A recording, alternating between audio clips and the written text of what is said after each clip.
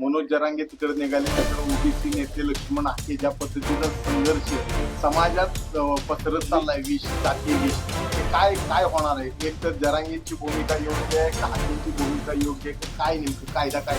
ते आता दोघंही लीडर आहेत पण मासलेस, त्याच्यामुळे मास्क उभा करण्याचा दोघांचा प्रयत्न चाललेला आहे.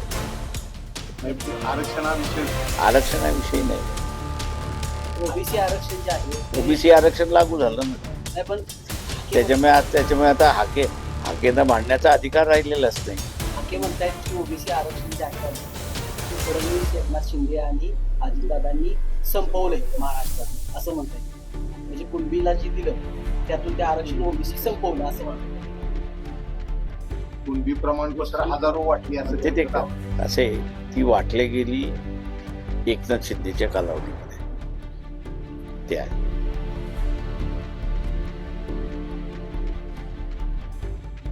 त्याला कुठल्याही ह्याला अजून मान्यता मिळाली, म्हणजे व्हॅलिडिटी झालेली आहे असं मला कुठेच अजून आढळलेलं नाही. त्याच्यामुळे ओबीसीने असं वाटत असेल की आपल्या आरक्षणावरती गदा घालतंय,